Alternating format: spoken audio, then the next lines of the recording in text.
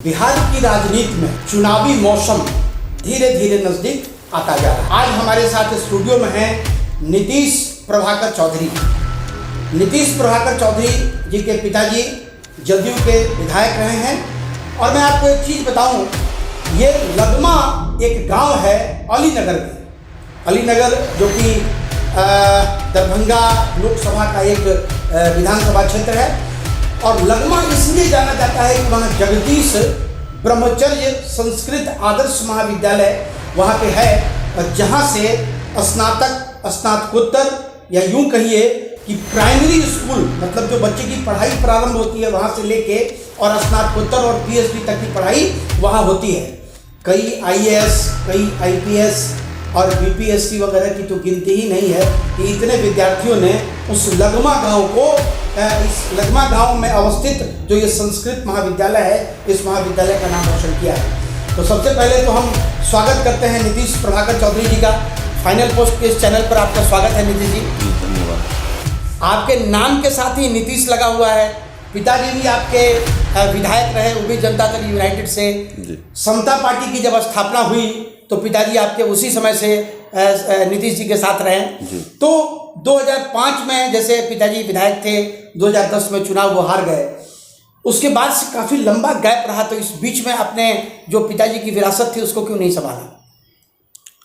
हम लोग उसमें पिताजी एक्टिव थे और थोड़ा सा बीमार रहते थे, इसलिए थोड़ा सा हम लोग भी साइड रहे। अच्छा, ठीक है। और जहाँ तक नाम की बात आप कर रहे हैं, तो एक नाम के साथ एक बहुत बड़ा वाक्य है हमारे जीवन में। अच्छा। जब माननीय मुख्यमंत्री जी जब राजनीति शुरू किए थे, अच्छा, तो उस समय हमारे मामा जी लोग बहुत छोटे थे और मेरे नाना जी बहुत एक्टिव थे। तो ये बात तब की है और मैं भी बहुत छोटा था। तो उस समय ये नाम बड़ा चर्चित हुआ था कि इंजीनियरिंग करके माननीय मुख्यमंत्री जी छोड़ के और राजनीति में आए थे। इस नाम की प्रेरणा से ही मेरा नाम रखा गया था, नीतीश। अच्छा। और ये बात फैक्ट है, मैं जो आपको बता रहा हूँ। तो बस ये है। अच्छा, तो इंजीनियरिंग की पढ़ाई आपकी कहाँ से हुई? हम लोग महाराष्ट्र में थे इंजीनियरिंग करने के लिए। मेरी स्कूलिंग पिलानी से हुई है। अच्छा, वेरी गुड। स्कूलिंग आपकी पिलानी से हुई है जी। मतलब अच्छा एजुकेशन आपने प्राप्त किया है। जी जी। किस फैकल्टी से आप पढ़े? इलेक्ट्रॉनिक्स की इंजीनियरिंग। अच्छा, इलेक्ट्रॉनिक्स से जी। और उसके बाद पिताजी की विरासत को संभालने के लिए आप मैदानी जंग में जी। इस बार अपनी किस्मत आजमाने के लिए उतरेंगे जी। आपका ये पहला चुनाव होगा? जी, मेरा पहला चुनाव। अगर आप चुनाव लड़ेंगे तो? जी, मेरा ये पहला चुनाव होगा। तो प्राथमिकता तो मुझे लगता है कि आपकी जनता दल यूनाइटेड ही होगी। अवश्य रहेगी जनता दल, इसलिए कि आप उसी परिवार से जुड़े हुए हैं। जी बिल्कुल बिल्कुल। क्या प्राथमिकताएं आपकी रहेंगी? मान लीजिए अलीनगर के डेवलपमेंट में कहाँ आपको कमी लगती है?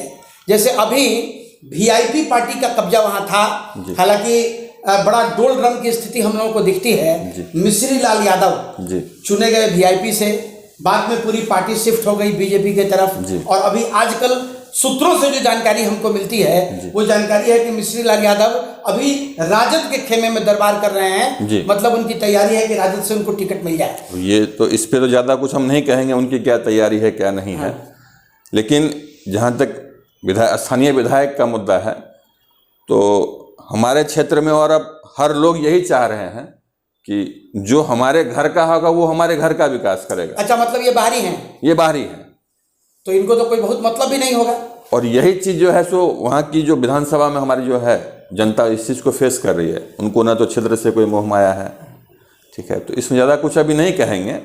बस लोगों का ये मुद्दा है कि जो भी आए स्थानीय आए। स्थानीय है। हाँ। तो स्थानीय भी है। और जहाँ तक जो जानकारी हमें प्राप्त हुई है वो ये जानकारी प्राप्त हुई है कि आपके पिताजी उस इलाके के, मतलब दरभंगा पूरा का पूरा दरभंगा, मधुबनी या मिथिलांचल का जो इलाका है, उस इलाके में काफ़ी प्रभुत्व वाले लोग थे। उनको लोग वहाँ का शेर मानते थे। अब ये उनको शेर ना कहिए, ये कहिए कि जनता का प्यार कहिए कि लोग उनको चाहते थे। शेर तो हम इसको नहीं कहेंगे, ये जनता का प्यार कहिए इसको। क्योंकि उन्होंने गरीब हो, अमीर हो या बड़े हो, छोटे हो, ऐसा कोई वो नहीं है। जब वो राजनीति में एक्टिव नहीं भी थे उस समय में, जब 87-88 के समय में जब बाढ़ आया करती थी उसमें वो राजनीति में एक्टिव नहीं थे। लेकिन जब बांध टूटता था तो वो वहाँ पे एक्टिव रहते थे। समाज सेवा होता था उनका और खिचड़ी वगैरह चलता था, जिससे उनको कोई मतलब लगातार लंगर चलता था बाढ़ वगैरह के समय में। जी, है ना। और वो सारी व्यवस्था वो अपनी तरफ से करते थे, जबकि उस समय उनका राजनीति से कोई ऐसा मनसा नहीं था। अच्छा। ये एक उनका स्वभाव था और हम उस परंपरा को अभी बढ़ा रहे हैं। मतलब प्रभु की कृपा से जो धन उनको प्राप्त हुए थे, जी। उस धन का उन्होंने पूरा सदुपयोग जी बिल्कुल किया लोगों के साथ मिलकर। जी बिल्कुल। और लोगों ने वही प्यार मोहब्बत उनको दिया और उनको विधायक बनाया। आपकी क्या प्राथमिकताएं होंगी नीतीश जी? आपने अपने पिताजी के नाम को भी अपने नाम के साथ जोड़ा है, नीतीश प्रभाकर चौधरी। हालांकि एक बड़ी अच्छी परंपरा है और इस परंपरा को हम लोग मुस्लिम समुदाय में देखते थे। अच्छा, मुस्लिम समुदाय से याद आया कि आपके यहाँ तो मुस्लिम समुदाय का वोट भी बहुत अच्छी संख्या में है। जी है, लेकिन मुसलमानों में भी हमारा पिताजी का बहुत ज़्यादा लगाव रहा है। और मैं अभी जो भ्रमण करता हूँ तो बहुत सारे मुस्लिम लोग ऐसे मुझे टकराते हैं।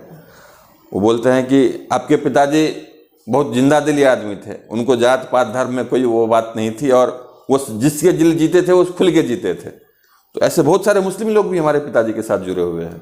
अच्छा, मतलब आप अगर राजनीति में आएंगे जी तो दल कोई भी हो जी, जो मुस्लिम परिवार है उस मुस्लिम परिवार का समर्थन आपके साथ है और रहेगा जी। बड़ा कॉन्फिडेंस के साथ आप कह रहे हैं। जी है, बहुत अच्छी बात है। अच्छा, ये बताइए कि अलीनगर के विकास के लिए क्या योजनाएं हैं आपके पास? अलीनगर में शिक्षा को लेके हम थोड़ा सा ज़्यादा एक्टिव रहेंगे। क्योंकि सिर्फ संस्कृत महाविद्यालय वहाँ है जी। आप तो खुद टेक्निकल फील्ड के लोग हैं, तो आपकी कभी इच्छा नहीं हुई कि एक आधी इंजीनियरिंग कॉलेज वहाँ खुले? जरूर खुलनी चाहिए सर, और हमारी इच्छा भी है। और एक सौभाग्य से एक ऐसा है कि अंग्रेजों के समय में एक बुनियादी स्कूल हुआ करता था हमारे में। अच्छा। तो वो अभी मछेदा गांव के आसपास है और बुनियादी स्कूल में उस समय में हर चीज़ की वो पढ़ाई होती थी जो आज के डेट में हम लोग नया परिभाषा दे दी है ITI का। अच्छा, ठीक है, जिसमें गार्डनिंग प्लम्बिंग वगैरह ये सब सिखाया जाता है। तो ये वहाँ पर पढ़ाई हुआ करती थी आज़ादी से पहले। अच्छा, अभी फिर बंद है? अभी वो छोटा एक स्कूल का रूप ले लिया है। अच्छा, उसका इंफ्रास्ट्रक्चर है, ज़मीन है, सब कुछ है, लेकिन उस पर आज तक किसी नेता ने ध्यान नहीं दिया है। तो मतलब मैं अगर आया तो मैं कोशिश करूंगा कि वहाँ पे कुछ से कुछ ऐसा मतलब हो, मतलब ITI खुल जाए, इंजीनियरिंग कॉलेज खुल जाए, कुछ तो हो, कुछ पॉलिटेक्निक कॉलेज खुल जाए, ताकि वहाँ के जो युवा हैं जिनको दरभंगा आके पढ़ना पड़ता है। हालांकि आपको बताएं दरभंगा तो मिथिला विश्वविद्यालय जो है वो मिथिला विश्वविद्यालय तो शिक्षा के क्षेत्र में उसका एक अलग स्थान रहा जी, अलग स्थान है। तो वैसी स्थिति में अलीनगर में भी उस तरह का डेवलपमेंट, उस तरह का विकास हो, ये आपकी पहली प्राथमिकता है। बहुत अच्छी बात है। और बताइए, और क्या योजनाएं हैं आपके पास? कुछ योजनाएं हमारे किसानों के लेके भी। आप जनता के बीच घूमते हैं, आपने अपनी यात्राएं प्रारंभ की हैं, उन यात्राओं के क्रम में कुछ फीडबैक आपको मिलता होगा कि युवा यहाँ के जो स्थानीय लोग हैं वो क्या चाहते हैं? स्थानीय लोगों का बस एक ही मुद्दा है कि अब युवा हमें चाहिए जो हमारे कंधे से कंधे मिलकर चल सके। स्थानीय युवा चाहिए। हाँ, तो आपका परिवार तो स्थानीय है और इसीलिए तो पूरा समर्थन हमको मिल रहा है। और अगर हमारे पार्टी के शीर्ष नेतृत्व ने अगर हम पे भरोसा किया, ये सीट उनको जीत के देंगे, उनको कभी उनका सिर नहीं झुकने देंगे, उनका मान बढ़ाएंगे। बिल्कुल, मतलब ये कॉन्फिडेंस आपके पास है? जी, पूरा कॉन्फिडेंस है। तो जनता दल यूनाइटेड ने अगर आप पर भरोसा किया जी, तो एक सीट तो कम से कम आप अपनी तरफ से कंफर्म करके बताएंगे? जी, कंफर्म बता रहे हैं, क्योंकि पिताजी की जो विरासत थी उस विरासत को आप मेंटेन करना चाहते हैं। जी। तो ये इच्छा आपके मन में कब से पैदा हुई कि आप, क्योंकि आप तो, आपके पिताजी ने तो आपको राजनीति के लिए पैदा नहीं किया था, उन्होंने तो आपको इंजीनियर बनाया, तो इंजीनियरिंग से शिफ्ट होकर फिर से पॉलिटिक्स की तरफ?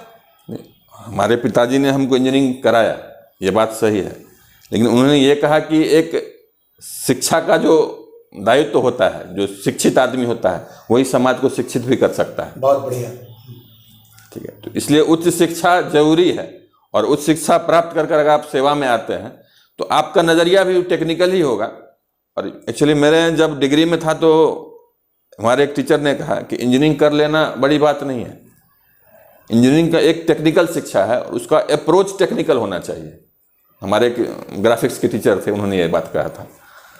तो एक अप्रोच टेक्निकल होना चाहिए और उस टेक्निकल अप्रोच से हम अपने क्षेत्र में काम करेंगे। अच्छा, लेकिन क्या कोई इंसिडेंस है कि आपका नाम भी नीतीश, आप भी इंजीनियर, बिहार के मुखिया का नाम भी नीतीश कुमार, वो भी इंजीनियर जी, तो उन्होंने इंजीनियरिंग की पढ़ाई के बाद जो बिहार की एक रूपरेखा तय की, जैसे 2005 के पहले के बिहार की जब परिकल्पना हम लोग करते हैं तो एक जंगल राज का सीन जो है मन में क्रिएट होता है। कहीं सड़कें नहीं थी, बिजली नहीं थी, जो मूलभूत सुविधाएं थी उन सुविधाओं से बिहार बहुत अछूता था। लेकिन आज की तारीख में नीतीश कुमार के मुख्यमंत्री बनने के बाद चीजें बदल गई, बहुत बदला। बिल्कुल, हाँ, बहुत बदल गई।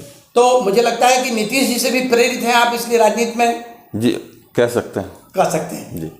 चलिए, बहुत बहुत धन्यवाद नीतीश जी। जी और हमारी टीम एक बार अलीनगर विधानसभा क्षेत्र में भी आके आपसे मुलाकात करेगी। स्वागत है सर आपने आप अपना लोगों का। समय फाइनल पोस्ट को दिया, इसके लिए बहुत बहुत धन्यवाद। और फाइनल पोस्ट के सभी जो हैं अपने संवाददाता सबको मैं धन्यवाद देता हूं जो मुझे बुला कर इतना स्वागत किया। ये थे नीतीश प्रभाकर चौधरी। युवाओं की राजनीति में क्या आवश्यकता है इसको आपने महसूस किया होगा नीतीश जी के विजन से। विकास, डेवलपमेंट, चूंकि लोकतंत्र के 4 स्तंभ में जुडिशियरी, एक्सिक्यूटिव बॉडी, न्यायपालिका, कार्यपालिका, विधायिका, ये 3 स्तंभ तो हैं। एक है चौथा स्तंभ जिसको हम लोग मानते हैं। बाकी सब में कुछ न कुछ क्राइटेरिया फिक्स है कि विधायिका में वही जाएगा जो पढ़ाई करेगा, न्यायपालिका में वो जाएगा जो लॉ की जानकारी हो, लॉ पढ़ के आएगा। लेकिन विधायिका में एक चीज ये थी कि साहब अंगूठा छाप भी अगर जनता ने उसको चुन के भेज दिया तो उसको सदन स्वीकार करेगी, उसको जनता स्वीकार करेगी और जनता के डेवलपमेंट का काम करेगा। लेकिन कालांतर में चीजें बदल रही हैं और अब जो अंगूठा छाप है वो भी चाहता है हमारा प्रतिनिधित्व वो करे जो युवा हो, जो पढ़ा लिखा हो, ताकि विकास की एक नई बयार बह सके। देखते रहिए फाइनल पोस्ट। धन्यवाद।